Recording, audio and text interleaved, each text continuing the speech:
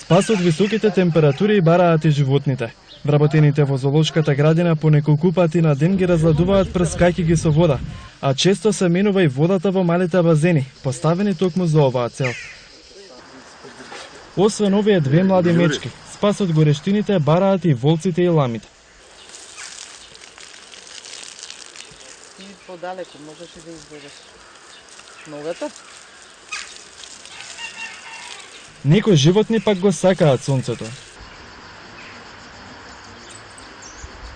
Во ваквите топли денови мора да се внимава и на исхраната, па затоа на месоедните животни храна им се дава на 3 дена, а на другите секој ден, но претежно со овоќе и зеленчук.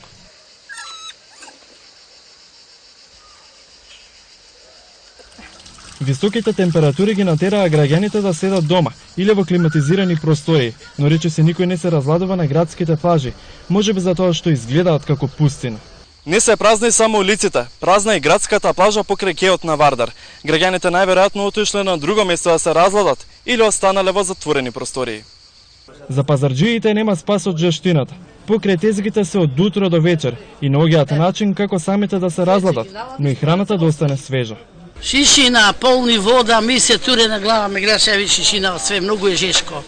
Ама јас сум стара, немам гајде, 72 години. Сте се навикнале ли на вакво? Да, јас сум жнала в цело Бредица со српна жешко па овде. Ова е сенка, не е ништо за мене. Топло е, лето е.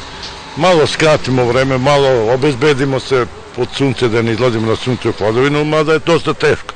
Надлежните предупредуваат дека целата територија на Македонија се наоѓа во жолта фаза, вклучувајќи го и Охридско-Преспанскиот регион.